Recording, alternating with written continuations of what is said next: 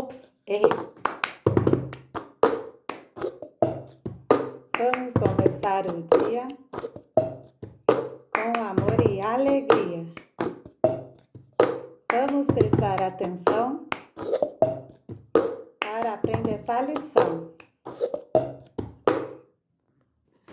Boa tarde, turminha.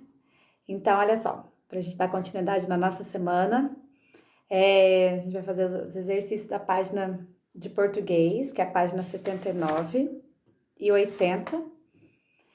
E eu vou mandar um textinho para vocês, para complementar a leitura, tá certo? Que é relacionado à história do sítio do Pica-Pau Amarelo. Vocês vão ter que grifar no primeiro exercício adjetivos. Não esqueçam, adjetivos são aquelas palavrinhas que dão característica, que dão qualidade às coisas ou aos seres, tá certo? Então leia a frase com bastante atenção e vê aquilo que tá dando característica para ela, para as coisas, tá bom? O outro é relacionado a verbo, né? Ver se o verbo tem que estar no passado, tem que estar no futuro, ver a acentuação certinha, a terminação. Lembra que quando é no futuro, é o a, o, tio. Por exemplo, eles ganharão. É o a, o, tio. Quando eu quero dizer algo que ainda vai acontecer. Quando eu quero dizer eles ganharam o jogo, que é algo do passado, termina com am, tá certo? Então, isso é só um exemplo pra gente recordar um pouquinho nessa questão do verbo. E hoje, a letra C, que é a parte do produzir texto, não vai ser obrigatória fazer, tá certo? Porque vocês já fizeram um texto descritivo, que foi sobre os personagens do sítio do Pica-Pau Amarelo. Mas, como eu falei logo no comecinho, quando eu falei que vocês teriam bastante produzir texto, lembra que quanto mais a gente exercita, melhor a gente fica. Então, quem quiser, né, e tiver um tempinho a mais aí para fazer esse exercício da letra C, vocês vão ter que descrever alguém da família de vocês. Características físicas, que é aquela que a gente vê, cor do cabelo, o olho, enfim, como a pessoa é fisicamente, o que ela gosta de usar. E a parte também psicológica, que é se a pessoa é sorridente, se ela é simpática, se ela é brava, enfim, esse lado mais psicológico. Esse exercício faz recordar o que vocês fizeram sobre as características do robô, da menina e do cachorro. Lembra que vocês tiveram que recortar um anexo sobre isso? Então, é mais ou menos com essa ideia. E foi exatamente esses personagens que vocês fizeram, as características físicas e psicológicas. Então, quem tiver esse tempinho para fazer, pode escrever uma folha avulsa e pode até entregar para a pessoa. Por exemplo, eu quero descrever minha avó, que mora comigo. Faz um textinho, descreve ela fisicamente, descreve ela psicologicamente e depois entrega para ela. É legal a gente ler sobre o que o outro pensa da gente, tá certo? Então, essa tarefa ela não é obrigatória, tá? Porque vocês já fizeram um texto descritivo. Mas quem tiver um tempinho, nada mal de fazer esse exercício, né? Não necessariamente hoje, mas algum dia, e você descreve a pessoa e dá esse texto para ela. Tá certo? E quem quiser me mandar, Tiana, olha, eu quero dar para alguém aqui de casa, mas vê se tá tudo certinho, se eu escrevi as palavras corretamente, só me mandar o texto, ok? Português, molezinha, porque tem atividade que vocês até já fizeram. E com relação à matemática, aquela matéria deliciosa que é com relação a polígonos. E se não me engano, no ano passado vocês ganharam uma cartelinha que é justamente sobre a classificação de polígonos, que é a matéria que a gente vai ver hoje. Certo? O que acontece? De acordo com a quantidade de vértices que o polígono tem, ele recebe nomenclaturas diferentes. Nomenclatura nada mais é do que nome. Então, se eu tenho um polígono que ele tem 3 vértices, ele vai ser chamado de triângulo. Se eu tenho um polígono que tem 4 vértices, ele vai chamar, por exemplo, de quadrilátero. Daí alguém pode falar assim, Tiana, mas por que não é um quadrado? Não é um quadrado, porque a regrinha do quadrado é o seguinte: o quadrado tem que ter os 4 lados iguais, certo? Quadrilátero não necessariamente precisa ter os 4 lados iguais. Todo quadrado é um quadrilátero, mas nem todo quadrilátero é um quadrado. Vou dar esse exemplo para vocês aqui, ó. Por exemplo, eu vou fazer um quadrilátero aqui.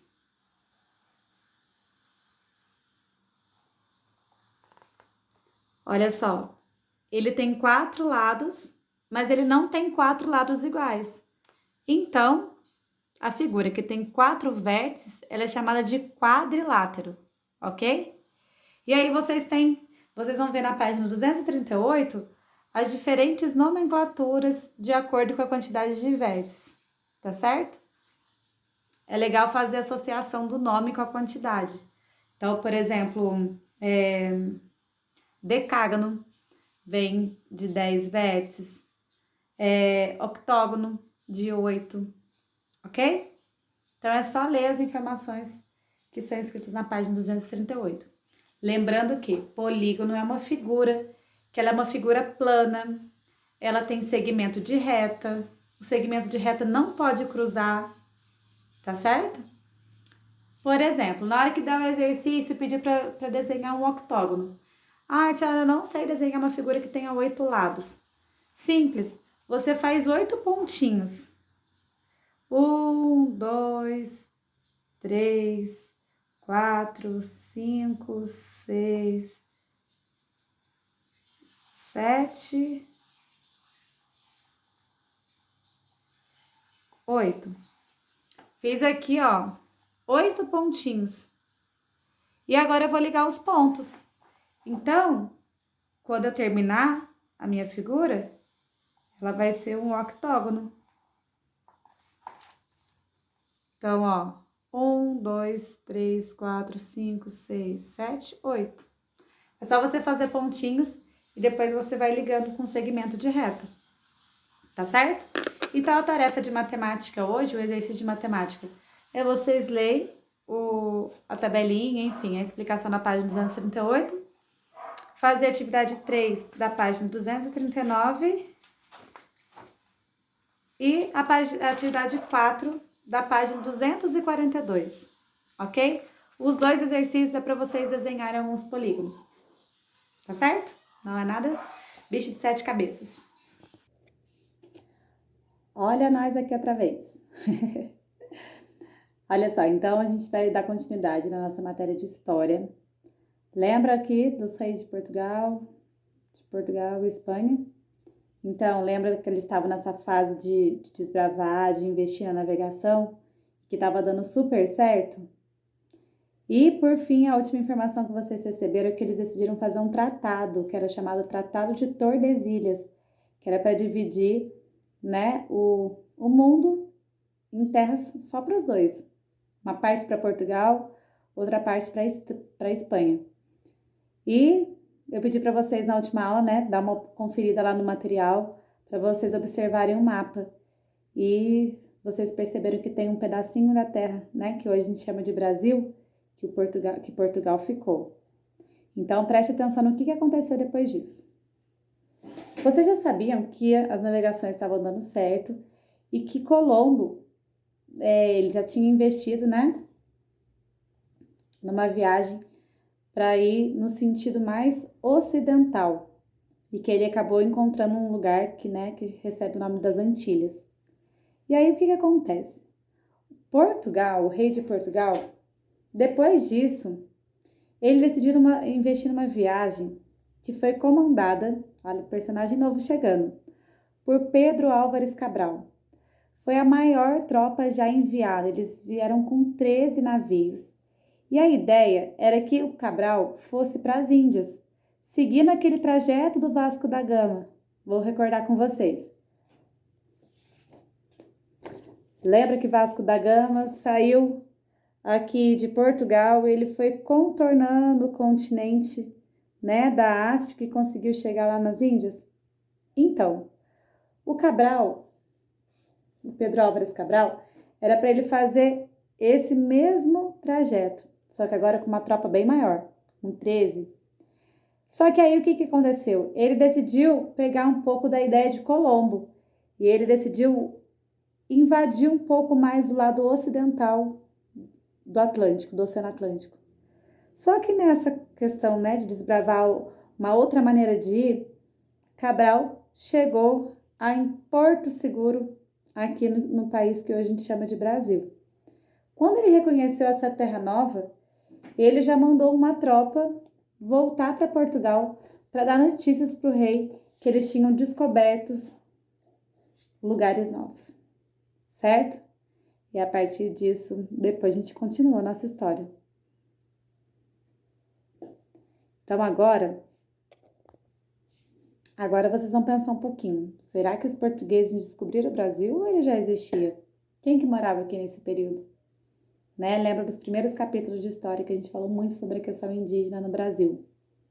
Então é bem legal a gente pensar sobre isso, tá certo?